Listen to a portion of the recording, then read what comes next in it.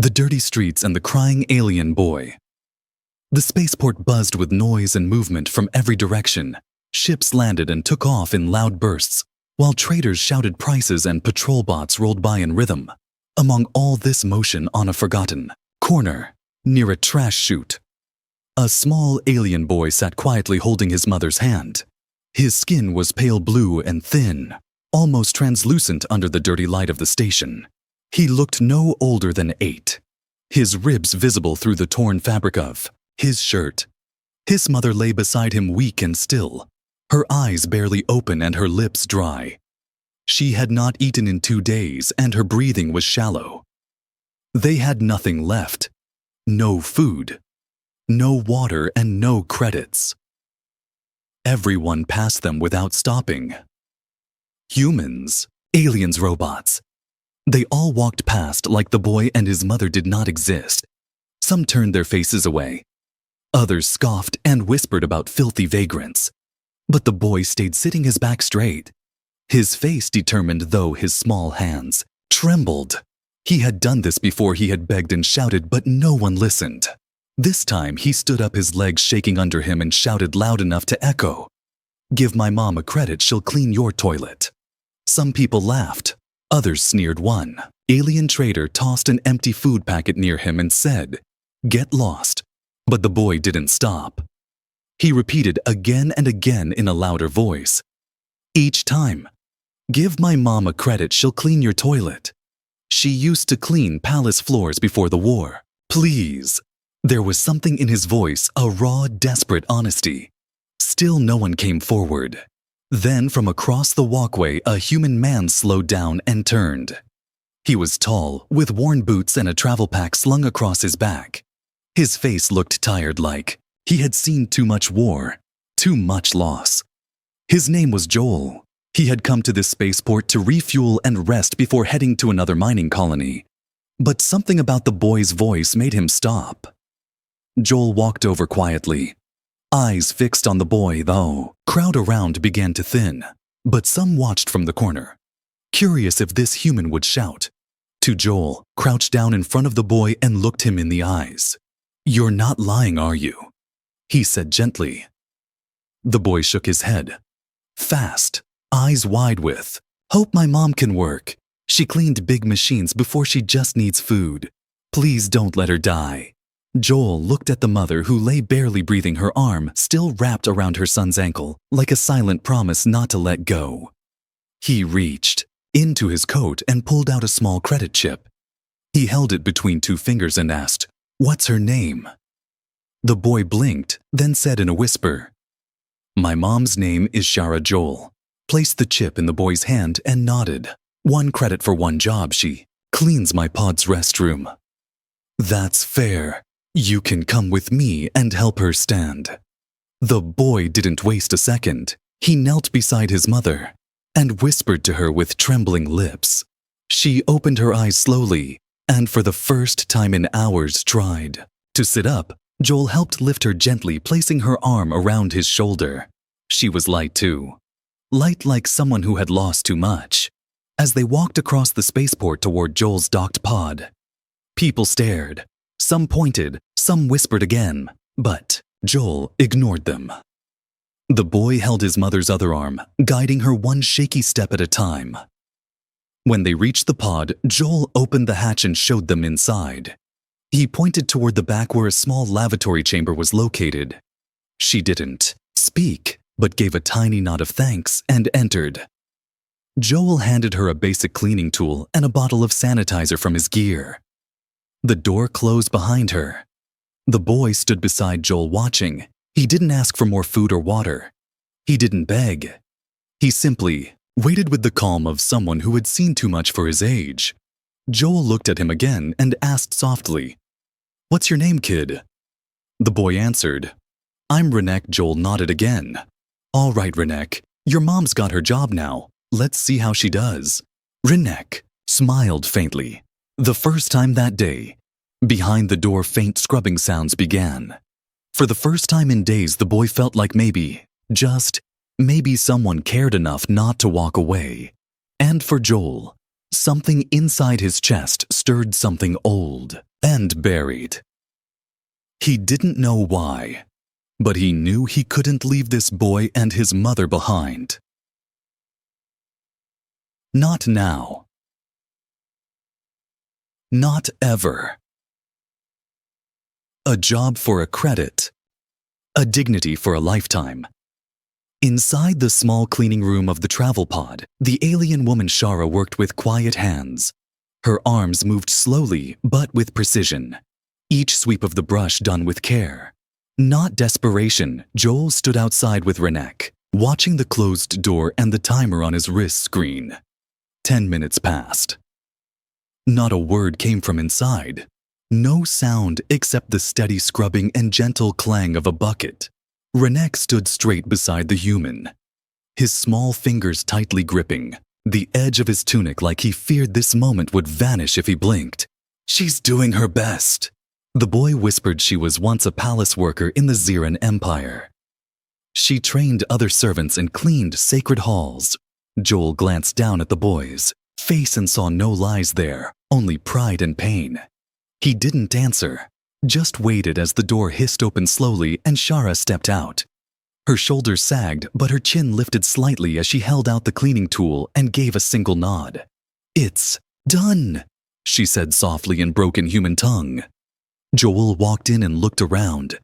Everything sparkled, not just clean, but detailed like someone had honored the space, not just scrubbed it. He raised an eyebrow, not expecting this level of work. "You did more than I asked," he said. Shara's lips twitched like a ghost of a smile was trying to escape. "I always finish what I start," she said. Joel reached into his belt pouch and handed her a second credit chip. "This isn't charity," he said. "This is for going above and beyond." Shara hesitated, staring at the chip, like it might burn her fingers. Renek's eyes widened but said nothing. "Take it," Joel said again. "You earned it." Finally, she took the chip with both hands and gave a tiny bow, her knees shaking under her. "Wait." Joel opened a ration pack and handed it to Renek. "Food, water. Some energy tablets." The boy grabbed it but didn't rip it open. He walked to his mother and gently helped her sit down on a nearby crate. Then he opened the pack and handed the first bite to her. Shara tried to refuse, but Renek pushed it forward. "Please, Mom, eat first." She accepted and chewed slowly, her eyes never leaving Joel. "Why you help us?" she asked. Joel sat on the crate across from them, pulling a small flask from his coat. "Because I've seen enough good people thrown in the trash, and I'm tired of pretending that's normal." Shara nodded slowly, like she understood more than just the words. The spaceport lights flickered above them. Joel leaned forward. "Where are you staying?" he asked. Renek answered. "A freight container near the engine waste shaft." Joel frowned. "That's not a place to live. That's a place to die. I can find you something better, at least for the night." Shara opened her mouth to refuse, but Joel raised a hand. "I'm not asking to own you. I'm offering a bed and a meal one night. That's all." Shara looked at her son, then at Joel, and finally nodded. "Thank you, human," she whispered. "Name's Joel," he replied. He led them through the narrow corridors past traders and officers, some of whom gave curious or disapproving glances. One security droid even beeped a warning about bringing unauthorized civilians into the upper levels. But Joel flashed his ID badge and the droid rolled away. His room wasn't much, just a small 2-bed unit with a fold-out mattress and a tiny cooking space. But compared to the filth of the lower decks, it felt like a palace. Shara sat on the edge of the bed, silently, while Renek explored the corners wide-eyed as if they had entered a dream. Joel set up food packets on the table and warmed water in the heater. He watched them from across the room, arms crossed, mind restless. Why was he doing this? Why these two? But deep inside, he already knew the answer. They reminded him of his sister and niece lost during the early years of the galactic raids. Back then, no one had helped them, and now maybe this was his way to balance that old pain. Rennick crawled up onto the extra mattress and curled up in the blanket without a word. Shara stood by the wall, her eyes moist. "I do not know how to repay this," she said softly. Joel looked at her and shook his head. "You already did." He said, "You worked with dignity. And that's more than most." She looked down at the floor, her long fingers twisting nervously. "If you ever need a cleaner, a worker, I can." Joel raised a hand again. "Let's talk tomorrow tonight. You sleep and eat like a person, not a servant." Shara finally sat down, letting her body relax for the first time in days. Joel dimmed the lights and stepped onto the balcony outside, letting the cool night air hit his face. From behind, he heard Rennick whisper something to his mom, "Is he a hero?" And she replied in a language Joel didn't understand, but he could feel the meaning in the quiet tone. In this cold galaxy where kindness was rare, that small voice held more warmth than 100 suns. Joel didn't know what tomorrow would bring, but for tonight he had done something right, and he wouldn't walk away from them now. A meal shared, and the story unfolds. Morning came quietly on the upper decks of the colony station. The artificial sun flickered on and spread pale yellow light into the small room where Shara and Rennick slept. Joel had already been up for an hour, staring out from his balcony, watching the slow movement of freighters docking and leaving. He sipped from a mug of bitter synth coffee and thought about the faces he had left behind on other stations and battlefields. He had seen many broken lives, but none had stared back at him the way that boy and his mother had. Inside the room, Shara woke slowly, blinking at the strange ceiling above her. For a moment, she looked confused. Then her eyes found Rennick curled beside her, wrapped in warmth. A sigh left her lips, quiet and heavy. She sat up carefully, not wanting to wake her son. Her body still ached, but she had not felt this safe in many years. The door opened softly, and Joel walked in with 2 food trays. Basic rations, but warm and real. Shara looked at him, unsure whether to stand or speak. "You don't need permission to eat," Joel said with a faint smile. "I brought enough for 3. He placed the trays down and handed one to her. Rennick stirred and opened his eyes to the smell of food. He smiled and whispered, "Is it real?" Joel nodded. "Sit and eat, you 2 earned this." As they ate, Rennick devoured his portion quickly, but Shara took her time, chewing every bite with care, like each one held a memory. Joel sat across from them, not touching his food, just watching. After a few minutes, he asked, "So what happened?" Shara looked up. He kept his voice gentle, not pressing, just asking. Shara took a deep breath, her fingers still holding the spoon. "We were from Xeris Prime," she began, "one of the smaller moon colonies under the Xeran Empire. My husband was a toolmaker. I worked in the palace service staff. We had a small home, simple but good. Then the raid started. Not war, not invasion. Just destruction. Slavers came from orbit while the Empire was busy fighting its own wars. They took people fast, families vanished before we knew what was happening. My husband tried to hide us. He paid a guard to smuggle us out. It worked for a day. Then they caught him." She paused, eyes staring at the table, her voice steady but her hands trembling. "They made him watch while they put me and Rennick in a slave ship. Then they executed him in front of the crowd." Rennick was crying now, but silent, like he had cried too many times before, and no longer made sound. Shara placed a hand on his head.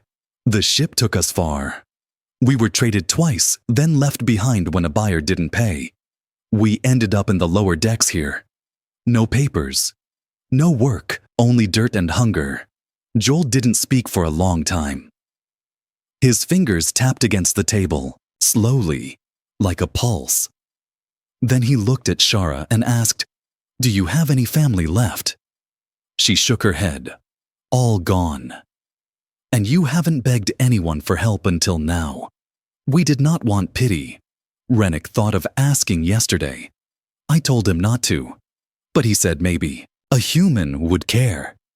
She smiled faintly. He was right. Joel felt a lump rise in his throat, but he pushed it down. You weren't begging. You were offering work, and you worked harder than most people. I've hired. Shara looked surprised. I used to teach others how to clean high-tech instruments. I understand machines. Well, my husband taught me to repair tools too, but people see me and think I'm just a cleaner. Joel leaned back in his chair, eyes narrowing with interest. You know how to repair tools. I do not. Forget what I learned. Even now. He stood and went to his bag, pulling out a small drone arm that had been giving him trouble for weeks. He placed it in front of her. Test it. Shara looked at it, then asked permission with her eyes.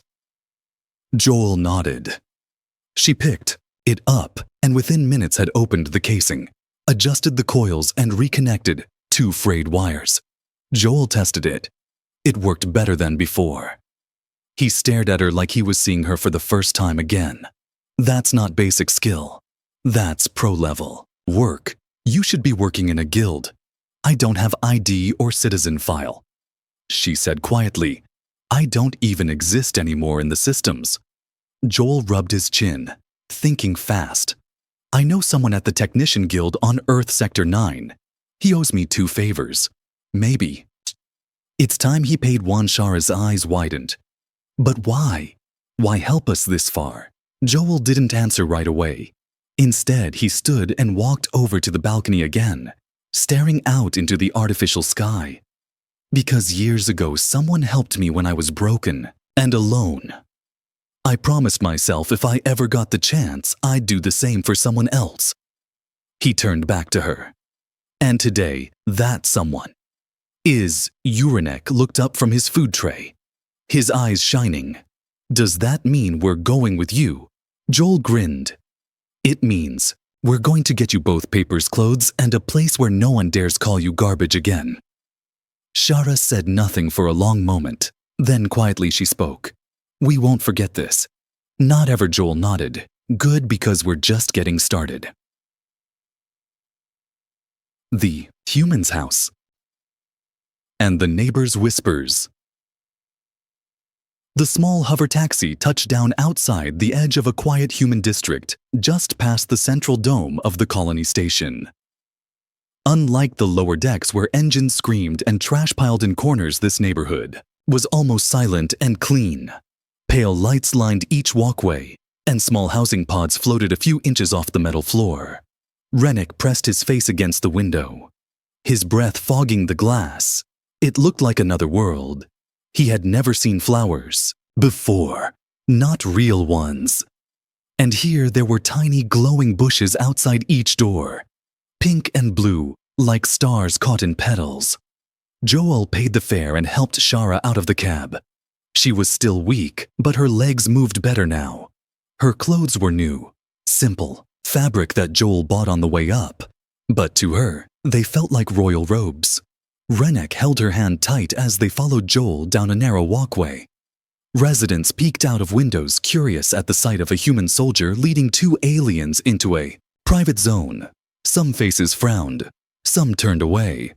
One elderly woman stepped out with a watering can and stared directly at Shara. Joel nodded politely.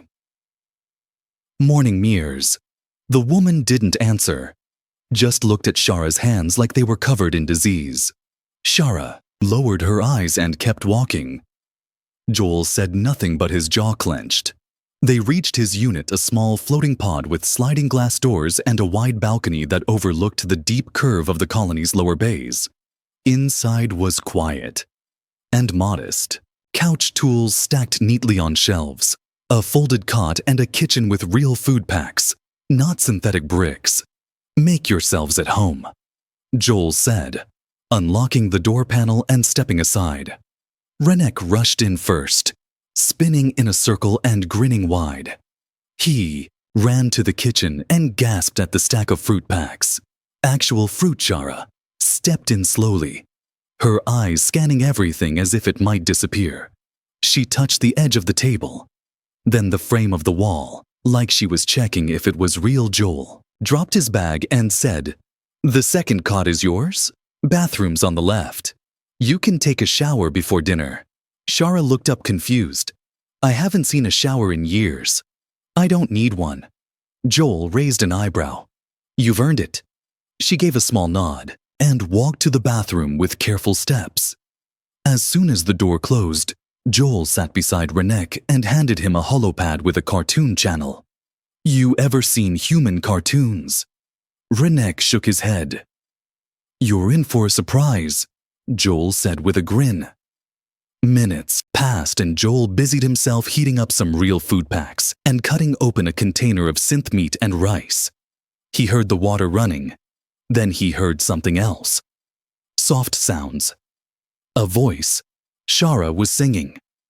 Not loud, not fully, but just enough to echo lightly through the pipes. It was a gentle lullaby, not from earth but filled with longing. Joel paused, his hand resting on the edge of the counter. He had not heard anyone sing in this house in years. She came out after 20 minutes wearing clean clothes and drying her hair with a towel.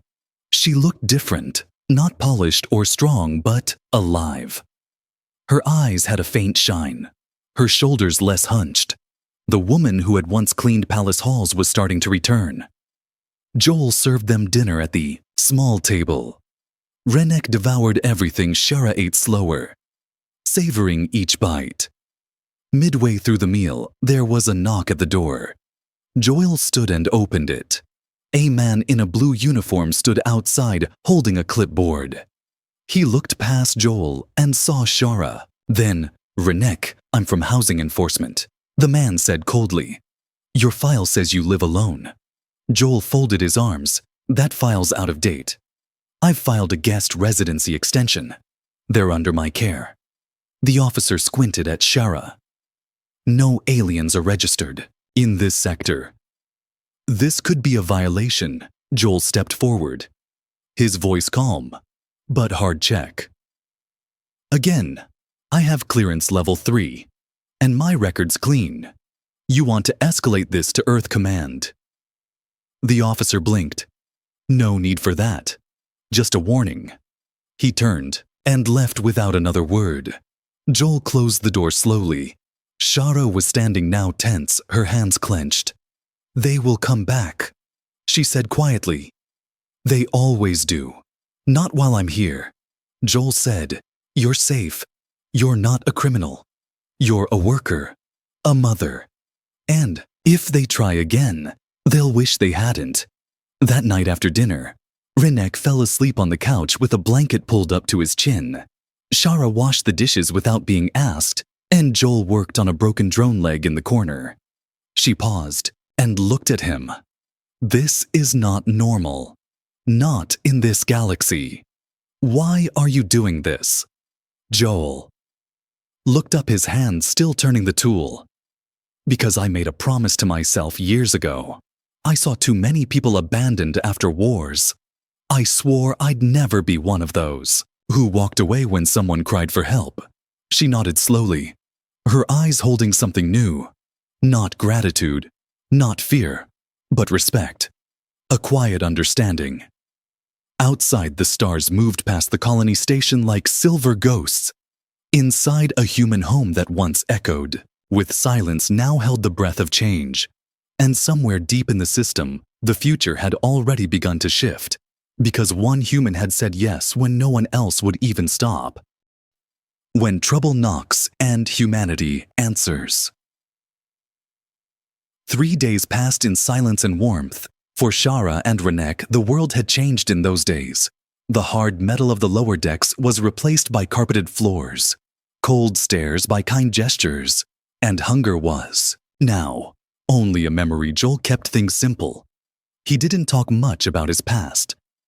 He woke early, fixed small machines, cooked breakfast, and made sure the 2 aliens under his roof never felt like they were in the way. Shara helped with cleaning. Not because she was told to, but because it was in her nature. She repaired 2 broken kitchen units and even upgraded the energy converter on Joel's balcony. Fan Rennick spent most of his time watching cartoons or asking endless questions about human gadgets. It felt almost like a home. But peace never lasts long in a place where old laws still ruled the shadows. The first sign of trouble came as a soft knock on the door. It wasn't sharp or angry. It was quiet, like someone trying not to be noticed. Joel opened it and found a boy no older than 16. Standing there, he wore a maintenance uniform with grease stains and a nervous look on his face. "You?" Joel nodded. "I was told to warn you they're coming." "Who, housing enforcement?" "Maybe more. They said someone filed a complaint that you were harboring illegal aliens." Joel's face hardened. "Who told you to warn me?" The boy looked around, then leaned in. "My uncle works in the patrol docks. He said you helped a woman and her son, said it was noble, but the system doesn't." Kershara was standing behind Joel now, listening eyes wide. The boy looked at her and nodded respectfully. "You should go now before they bring cuffs." Joel handed the boy a small chip. "Thank you for coming. Go home, stay safe." The boy left without another word. Joel closed the door slowly and turned to Shara. "They're coming." Shara's hands were already trembling. She looked at Rennick, who was asleep in the corner, then back at Joel. "We should run. We've done it before." "No," Joel said. "You're not running this time. I told you you're under my care and I meant it. But the laws, I've seen laws used to justify cruelty all my life," Joel replied. "But I've also seen men with courage change outcomes just by standing still." He opened his locker, pulled out his old jacket, the one with the faded Earth combat patch on the sleeve. He hadn't worn it in years. He also took out a sealed black card and slid it into his pocket. Rennick stirred awake, confused by the energy in the room.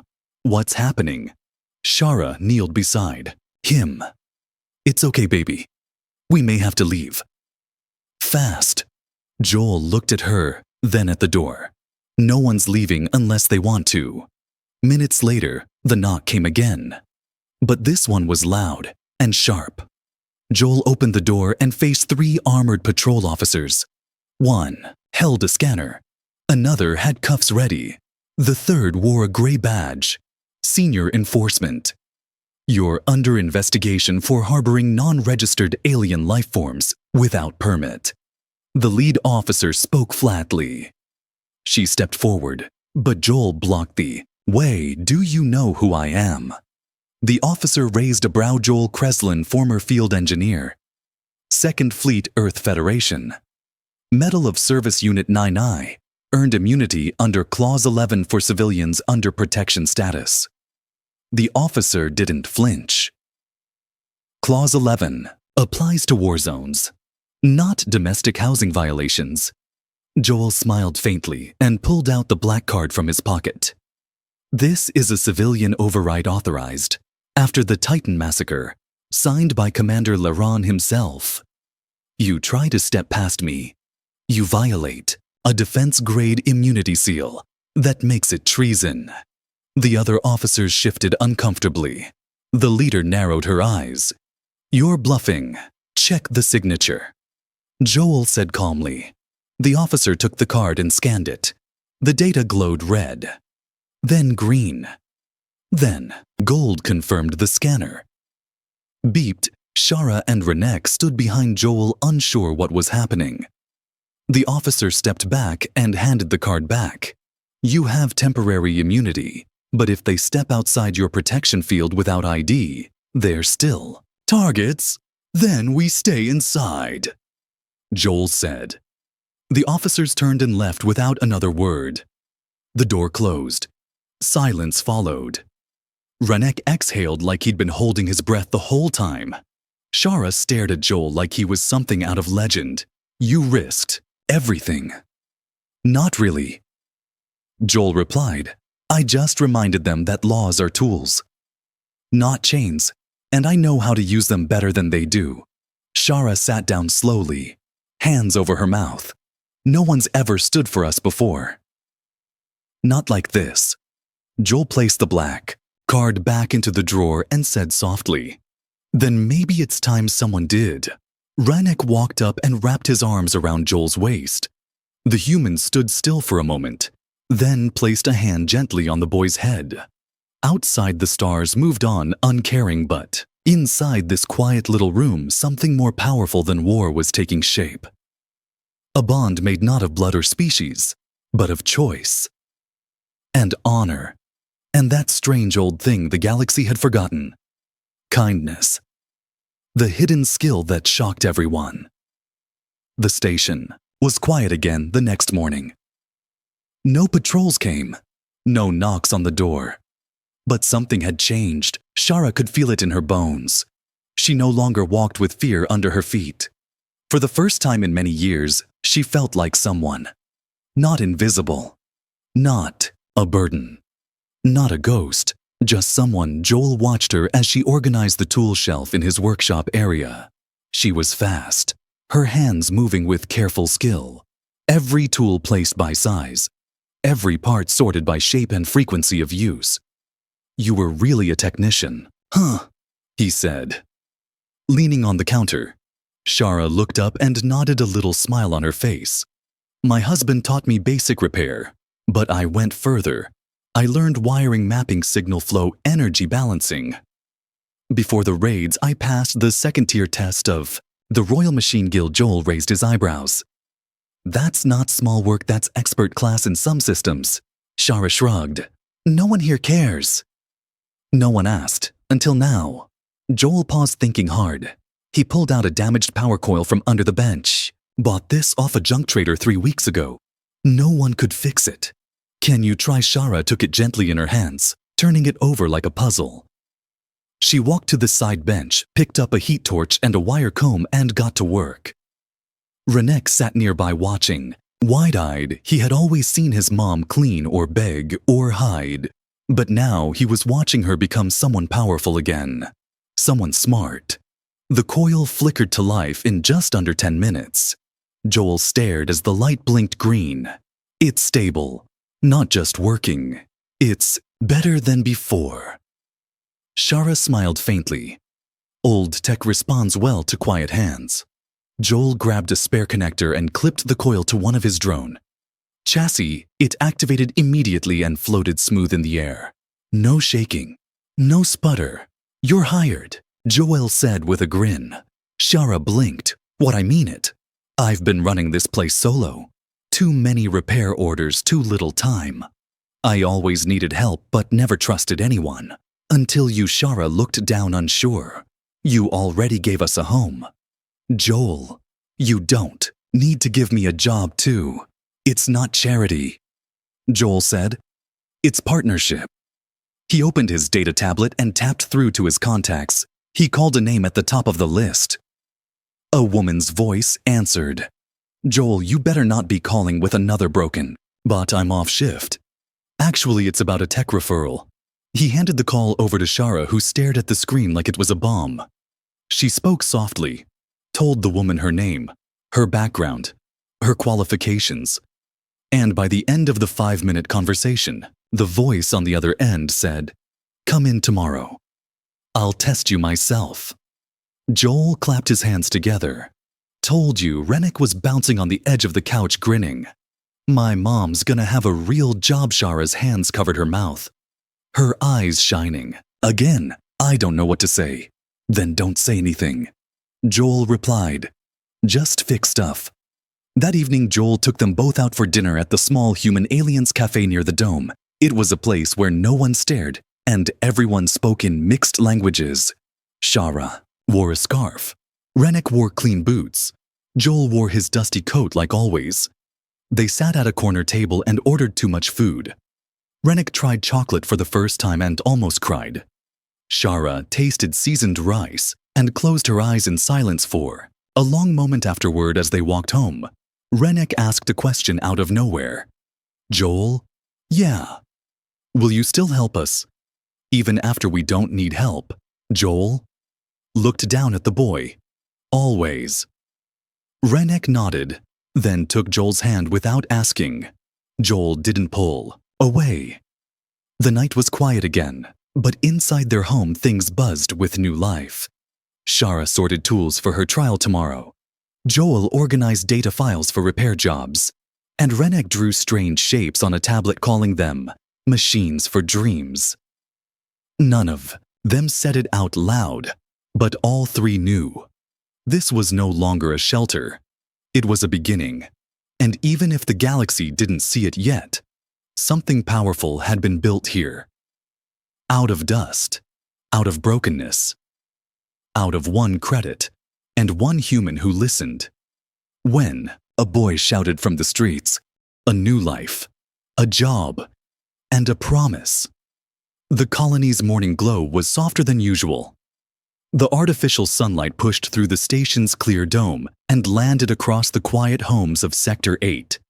Inside Joel's small home, Shara stood in front of the mirror, adjusting the collar of her new technician uniform. It was navy blue with a silver patch across the chest. Apprentice Tech, Guild ID pending. She ran her fingers over the fabric slowly, like she was afraid it might vanish. Renek watched from the table, his chin resting on his hands. He had never seen his mother look this confident. "You look like a real engineer," he whispered. She smiled and smoothed her hair. "I was always one," she said softly. "I just forgot for a while." Joel walked in holding a bag of tools and a container of packed lunch. He handed them to her without a word. She took them with both hands and bowed slightly. Not out of servitude, but respect. He nodded in return and looked at the wall clock. "We still have time before your first shift." "You nervous?" "Yes, but it's a good nervous." Joel grinned. "Good. Means you care." Shara took one last look around the room. It was neat and warm and alive with something she couldn't explain. Home. Before leaving, they stopped by the community school to enroll Renek. The registrar looked at them strangely at first, but Joel's name and badge made her stop asking questions. Renek was added to the afternoon learning block with other alien hybrid students. He clung to his mother's arm tightly as they reached the school door. "You'll be okay," she whispered. "I'll be back before you know it." He nodded and finally let go. Running inside with wide eyes and hope in his heart, Joel and Shara stood in silence for a moment, watching him disappear into the hallway.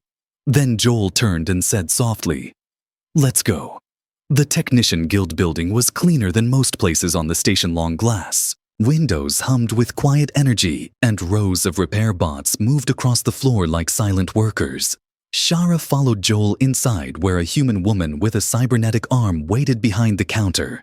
"This her? That's her," Joel said proudly. Shara bowed, her head slightly. "I am ready for the test." The woman smirked. "You better be, because we don't give second chances around here." They brought her into a lab filled with damaged machines, spare parts, tangled wires, and one malfunctioning droid sparking near the corner. "You fix any 3 of these in 90 minutes, you're in. No cheat codes, no help." Shara rolled up her sleeves and began. Joel waited outside, watching the minutes tick by. He didn't pace. He didn't worry. He trusted her. When the timer rang, the woman stepped out with raised eyebrows. She fixed 4 and upgraded 1. She and Joel let out a breath and smiled. Shara came out with grease on her hands and a glow on her face. They offered her a half-rank job with guild approval pending. She would start today. When they stepped back into the hallway, Shara stopped walking. Joel turned around. "You okay?" She looked at him for a long time, then took something from her pocket. It was the old credit chip, the first one he had given her. She had kept it this whole time. She held it out to him. "I want you to have this back. You paid me with this. But I want you to know, it was never just about a credit." Joel looked at it, then shook his head. "Keep it. Let it remind you how far you've come." Shara looked down at the chip and smiled. "I will." They spent the rest of the afternoon setting up her schedule. Joel picked up Renek from school. He ran into Joel's arms, excited and full of stories about math puzzles and drawing machines. They returned home as the lights off. The colony dimmed into evening mode. Shara made dinner this time. An old dish from her homeworld recreated with human ingredients. Renek called it weird but tasty. Joel said nothing, just finished every bite. Later, they all sat on the balcony looking out over the station. The stars outside were real, now visible beyond the dome. Shara broke the silence. I don't know what we are now. Refugees, technicians. Strange little team. Joel smiled. Your family. That's what.